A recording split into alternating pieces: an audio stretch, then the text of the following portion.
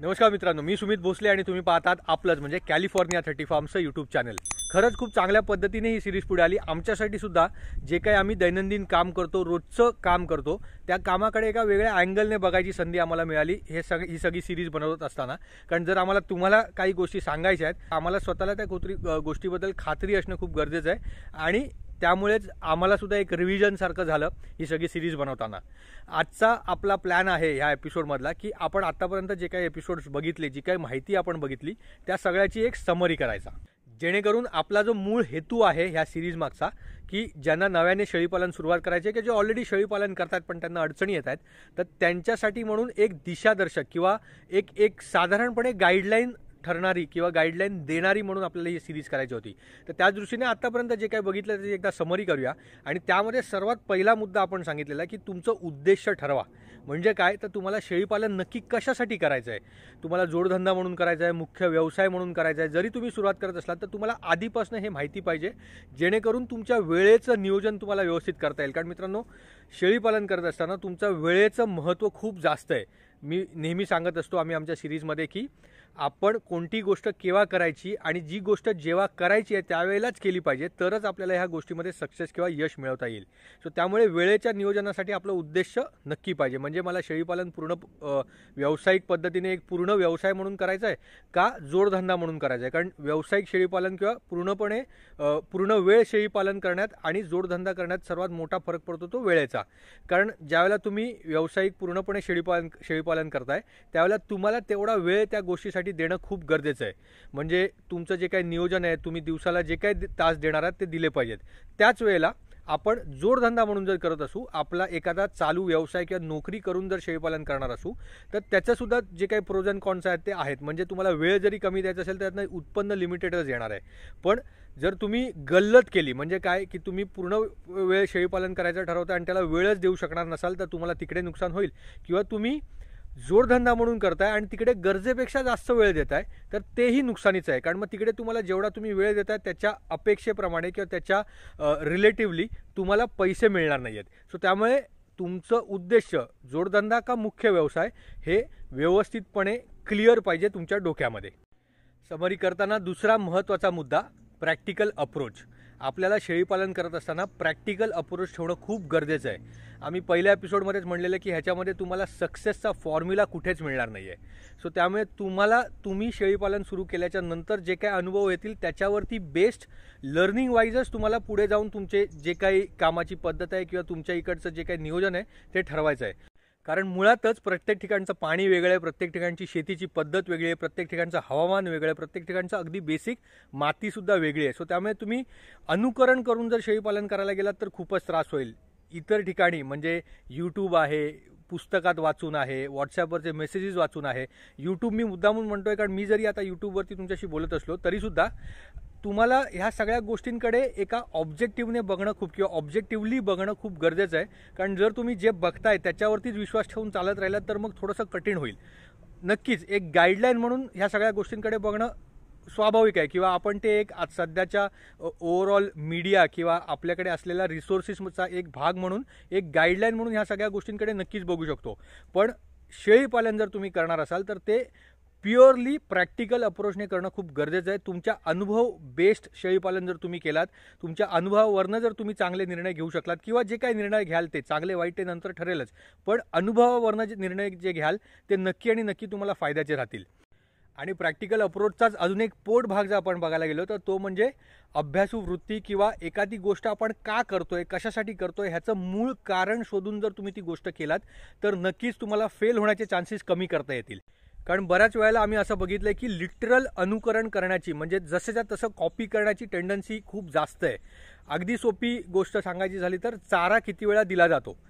समजा एखाद्या प्रोजेक्टमध्ये राहणारी माणसं आहेत, म्हणजे काय की तिकडे काम करणारी माणसं जर तिकडेच राहत आहेत तर त्यांच्याकडे चारा देण्याच्या वेळा ह्या वेगळ्या वेगळ्या असू शकतात। पण जसं आम्हाला माहिती आहे की आमच्याकडे काम करणारी माणसं की ही संध्याकाळी आपापल्या घरी जातात, दिवसभर काम चालू असतं। त्यामुळे अशा वेळेमध्ये जर आम्ही लिटरल अनुकरण करून काम करायला गेलो तर मग चारा देण्याच्या वेळा आम्हाला मॅचेस करता येणार नाहीत आणि मग ते परत प्रॅक्टिकल होणार नाही.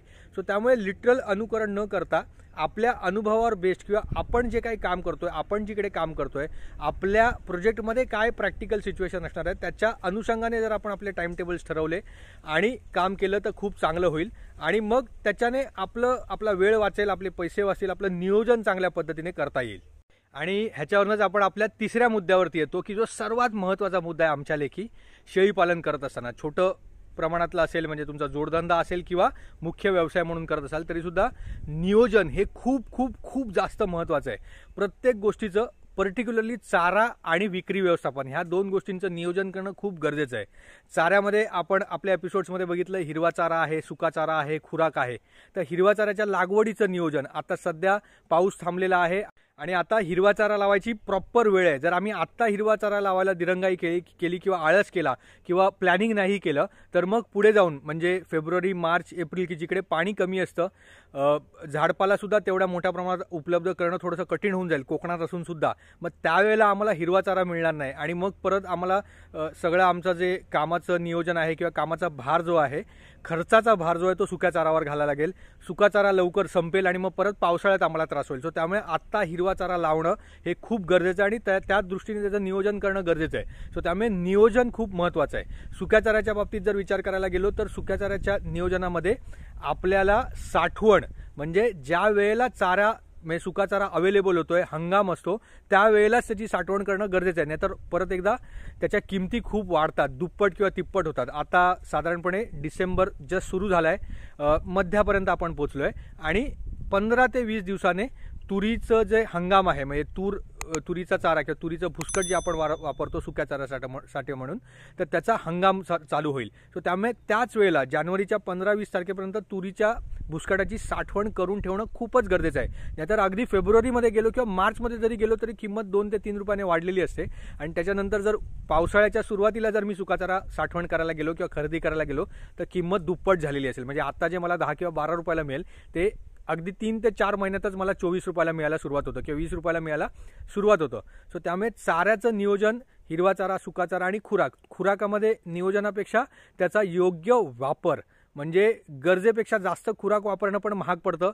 सो जिकडे व्यवस्थितपणे खुराक वापरायचा आहे, ज्या प्राण्यांवरती खुराक जास्त वापरायचा आहे त्यांच्यावरतीच जास्त वापरून ज्या प्राण्यांना मेंटेन करायचं आहे त्यांना मेंटेनन्सच खुराक द्यायचा आहे. सो अशा प्रकारे चाऱ्याचं नियोजन करणं खूप गरजेचं आहे. चाऱ्याच्या नियोजनाचा विचार करताना आपल्याला लोकल रिसोर्सेस किंवा आपल्या भागातल्या जिकडे तुम्ही प्रोजेक्ट करताय तिकडल्या भागातल्या शेतीचा विचार करणं खूप गरजेचं आहे. कारण लोकल रिसोर्सेस जेव्हा आपण वापरतो त्यावेळेला आपण 2 गोष्टी खूप महत्त्वाच्या 2 गोष्टी वाचवतो, वेळ आणि पैसे. जर आपण जवळच्या गोष्टी जेव्हा घेतो तेव्हा आपला ट्रान्सपोर्टचा खर्च वाचतो आणि आपल्याला तिकडच्या तिकडे गोष्टी मिळून जातात. सो त्यामुळे जसं मी मगाशी म्हटलं की प्रत्येक ठिकाणची शेती पद्धत वेगळी असते, तर त्याचा रेफरन्स तुम्हाला इथे व्यवस्थितपणे लावता येईल की चाऱ्याचं नियोजन करताना आपण जेवढ्या जास्तीत जास्त लोकल गोष्टी वापरू, आपल्या इकडच्या शेतीबद्दल माहिती घेऊन आपण काम करू. सो त्या दृष्टीने आपल्याला काम करणं जास्त सोपं होतं आणि कमी खर्चाचं होतं. सो शेळीपालन करत असाल तर तुमच्या लोकल रिसोर्सेसचा वापर करायला नक्की विसरू नका. नियोजनामध्ये दुसरा महत्त्वाचा मुद्दा म्हणजे विक्री व्यवस्थापन. आपण मुळात शेळीपालन करतोय पैसे कमवण्यासाठी. जोडधंदा असू दे किंवा मुख्य व्यवसाय असू दे, जे काही करतोय ते पैसे कमवण्यासाठी करतोय आणि मग त्यामुळे जर आपण विक्री व्यवस्थापनच व्यवस्थित नाही केलं, आपण खूप चांगल्या प्रतीचा माल बनवला, आपल्याला खूप चांगल्या पद्धतीने आपल्या शेळ्या ठेवता आल्या, पण त्यांची विक्री जर आपण नाही करू शकलो, आपल्या पिल्लांची विक्री नाही करू शकलो, तर त्यामध्ये परत एकदा नुकसानच होणार आहे. सो त्यामुळे विक्री व्यवस्थापनाचं नियोजन करणं खूप गरजेचं आहे. विक्री व्यवस्थापनाचं नियोजन करायचं म्हणजे काय करायचं, तर सर्वात पहिले कोणती गोष्ट केव्हा विकायची आहे, म्हणजे कोणतं पिल्लं किंवा कोणता बोकड किंवा तुमच्याकडे असणारा कोणता प्राणी केव्हा विकला गेला पाहिजे हे तुम्हाला ठरवून विकता आलं पाहिजे आणि त्यासाठी तुमच्या आजूबाजूच्या मार्केटचा, तुमच्या इकडच्या बाईंग सेंटिमेंटचा अभ्यास करणं खूप गरजेचं आहे.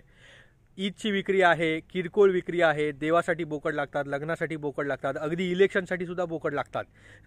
बऱ्याच लोकांना आश्चर्य वाटतं, पण आम्ही सुद्धा इलेक्शनच्या वेळेला म्हणजे इलेक्शनचे रिझल्ट लागल्यानंतर आधी तर विकतोच, पण त्याच्यानंतर सुद्धा बरेच बोकड विकल्या जातात. तर त्यामुळे तुम्ही जिकडे काम करताय तिकडचे हे जे सेलिंग ॲव्हेन्यूज आहेत, तुम्ही विक्रीचे जे तुमच्यासाठी संधी आहे विक्री करण्याची, बोकड किंवा तुमच्याकडचे प्राणी, ब्रीडिंगचे ॲनिमल्स विकता येतात, तर ते केव्हा विकायचे, त्याचा सीझन काय असतो, काय पसंती आहे लोकांची, कोणती ब्रीड त्यांना हवी आहे, कोणत्या जातीला जास्त मागणी आहे तुमच्या भागामध्ये, जात नसेल तर कोणत्या कलरचे प्राणी, कोणत्या पद्धतीचे प्राणी, ह्या सगळ्याचा अभ्यास करून त्याचं नियोजन करून जर तुम्ही शेळीपालन केलं, म्हणजे ज्या वेळेला ज्या गोष्टीची मागणी आहे त्याचा जर तुम्ही स्टॉक चांगल्या पद्धतीने ठेवला तर ऑब्व्हियसली तुम्हाला फायदा होणार आहे. कारण बरेचदा असं होतं की मागणी आहे पण आपल्याकडे प्राणी नसतात. महाराष्ट्रात तर हे खूप मोठ्या प्रमाणात दिसून येतं आहे की ज्या ज्या वेळेला जिकडे जिकडे बोकडांची मागणी असते तिकडेच प्राणी अवेलेबल होत नाहीत आणि मग इतर ठिकाणाहून लोकांना प्राणी आणावं लागतात.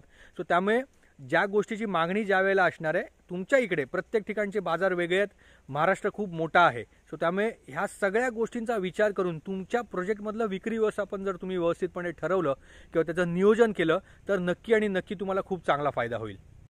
आणि शेळीपालनात फायद्याचा विचार करता आपण जे पैसे वाचवतो किंवा जे भांडवल आपण वाचवतो त्याचंही रूपांतर फायद्यात होतं, हा विचार नक्की केला पाहिजे. आणि त्याचं एक सर्वात चांगलं उदाहरण म्हणजे शेड.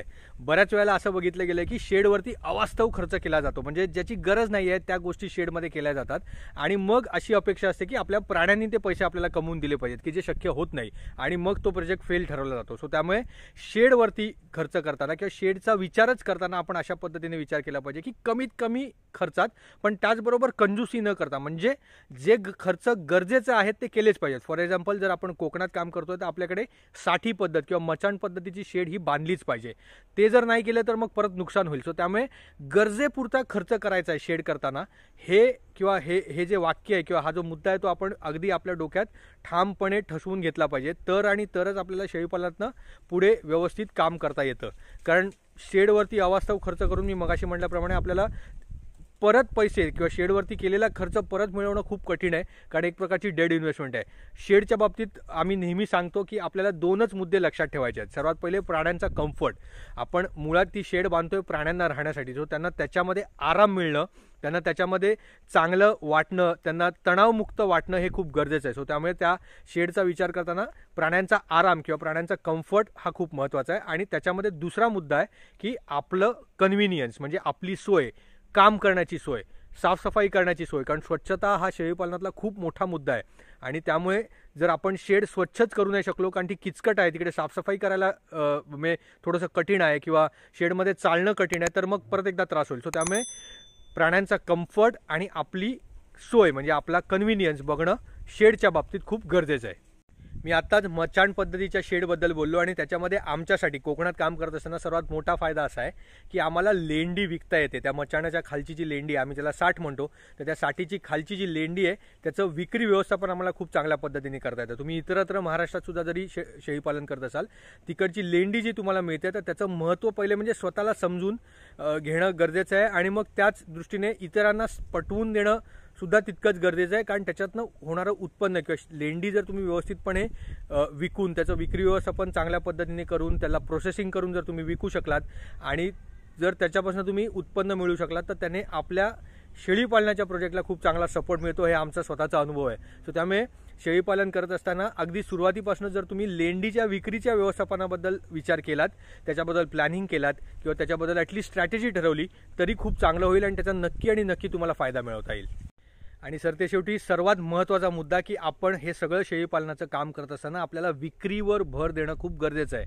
आपल्याकडच्या प्राण्यांची विक्री, आपल्याकडे तयार होणाऱ्या लेंडीची विक्री, ह्या सगळ्या गोष्टींच्या विक्रीवरती भर. कारण शेवटी आपण सगळं करतोय पैसे कमवण्यासाठी, आपण एक धंदा किंवा व्यवसाय म्हणून हे काम करतोय. सो त्यामुळे विक्री जर का नाही केली तर मग जरा कठीण होऊन जातं. बऱ्याच ठिकाणी आम्ही असं पाहिलं की प्राणी वाढवण्यावरती भर दिला जातो, म्हणजे प्राण्यांची संख्या वाढवण्यावरती भर दिला जातो. आमचं प्रामाणिक मत असं आहे इतके वर्ष काम केल्याच्या नंतर की एका पॉईंटच्या पलीकडे तुमच्या कॅपॅसिटीच्या बाहेर जर तुम्ही प्राणी वाढवत बसलात तर मग तुमच्याकडे असणाऱ्या म्हणजे तुमच्या कॅपॅसिटीमध्ये जेवढे प्राणी तुम्ही पाळू शकता तेवढ्या प्राण्यांवरती पण इफेक्ट व्हायला सुरुवात होतो आणि ते पण व्यवस्थित होत नाहीत. सो त्यामुळे प्राण्यांची संख्या वाढवण्यापेक्षा जास्तीत जास्त प्राणी विकण्यावरती जर आपण भर दिला तर मग शेळीपालन जास्त सोयीस्कर होतं आणि प्रॅक्टिकल होतं.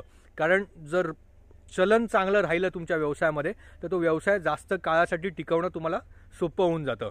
सो त्यामुळे प्राणी विकणं अगदी पहिल्या दिवसापासून जर तुम्ही प्रयत्न केला तर आपण आपल्या एक एपिसोड आधी म्हणजे 13व्या एपिसोडमध्ये पाहिलं की आपण एक जनरल कन्सेप्ट फ्लोट केला की 20+2 किंवा 10+1 असं करण्यापेक्षा जी काय तुमची कपॅसिटी तुम्हाला सुरुवातीला वाटते त्याच्या निम्म्या फक्त शेळ्या घेऊन तुम्ही इतर जेवढं तुमचं भांडवल आहे ते जर तुम्ही विक्रीयोग्य बोकडांमध्ये टाकलं किंवा विक्रीयोग्य पिल्लांमध्ये टाकलं तर तुम्हाला चलन तयार करायला किंवा रोलिंग सुरुवात करायला जास्त मदत होते. आणि मग त्यामुळे एक मोटिवेशन राहतं तुम्हाला काम करत असताना आणि तुमच्या इतर प्राण्यांवरती पण तुमचं लक्ष चांगल्या पद्धतीने राहतं. कारण इट इज अ फॅक्ट का की जर एखादा व्यवसाय तुम्हाला पैसे देतोय तर तुम्हाला करायची इच्छा वाढत राहते. आणि जर एखादा व्यवसाय तुम्हाला खिशातनं पैसे टाकून कंटिन्युअसली करत राहावा लागतो आणि त्याच्यातनं उत्पन्न किंवा त्याच्यातनं अर्थार्जन हे खूप वेळानंतर होणार असेल तर आपल्याला स्वतःलाच मोटिवेट करत राहायला आपल्याला लागतं आणि ते बरेच वेळेला मध्ये जाऊन फेलसुद्धा होतं. सो त्यामुळे विक्रीवरती भर देऊन जर आपण काम केलं, विक्रीचा विचार करून विक्री करायची आहे, मला प्राणी विकायचे आहेत, मला लेंडी विकायची आहे, अशा दृष्टीने आपण जर काम केलं तर शेळीपालन करणं जास्त सोयीस्कर होईल आणि जास्त फायद्याचं राहील. सो आय होप तुम्हाला हा समरीचा एपिसोड आपल्या आदल्या सगळ्या एपिसोड समरी आपण एका एपिसोडमध्ये करण्याचा प्रयत्न केला. काही पॉईंट जे अगदी महत्त्वाचे होते ते आपण एकदा परत बघितले. सो त्यामुळे जर तुम्हाला हा एपिसोड आवडला असेल तर तो आम्हाला कमेंट सेक्शनमध्ये लिहून सांगा. तुम्हाला मुळात ही सिरीज कशी वाटली हे तुम्ही आम्हाला कमेंट सेक्शनमध्ये लिहून सांगू शकता. तुम्हाला जर एपिसोड आवडला असेल तर नक्की लाईक करा, शेअर करा. सिरीजमधले इतर एपिसोडसुद्धा तुम्ही सगळ्यांसोबत लाईक आणि शेअर करू शकता. आणि ॲज युजल जर तुम्ही पहिल्यांदा आमचं चॅनल बघत असाल तर आमच्या चॅनलला सबस्क्राईब नक्की करा. तुम्हाला आत्तापर्यंत कळलं असेल की आम्ही आता ही सिरीज थांबवतोय. हा सिरीजचा हा एपिसोड जो आहे तो शेवटचा एपिसोड असेल. पण आपण शेळीपालनाचे व्हिडिओज बनवणं नक्की थांबवणार नाही आहोत. त्याच्याबद्दलचे व्हिडिओज तुम्हाला आपल्या चॅनलवरती नक्कीच दिसत राहतील. मुळात शेळीपालन स्टेप बाय स्टेप सिरीजसुद्धा आपण नव्याने सुरुवात करू, पण थोडा ब्रेक घेऊन. कारण आता 15 एपिसोड झालेले आहेत. आम्हाला असं वाटतं की सुरुवातीची जी काही माहिती लागणार होती किंवा तुम्हाला ॲटलिस्ट एक गाईडलाईन म्हणून जी काही माहिती द्यायची होती ती आम्ही दिलेली आहे. सो त्यामुळे जे कोणी आपली सिरीज फॉलो करतायत त्यांनासुद्धा थोडा वेळ मिळेल ॲक्शन्स घ्यायला. कारण नुसतं आम्ही माहिती देत राहतोय आणि त्याच्यावरती कोणी ॲक्शन घेत नाही तर मग मजा येणार नाही आहे. सो त्यामुळे आपण नक्की ही सिरीजसुद्धा सुरू करू आणि आपण इतर शेळीपालनाच्या व्हिडिओमध्ये सुद्धा नक्की भेटू. तोपर्यंत मग थँक्यू आणि धन्यवाद.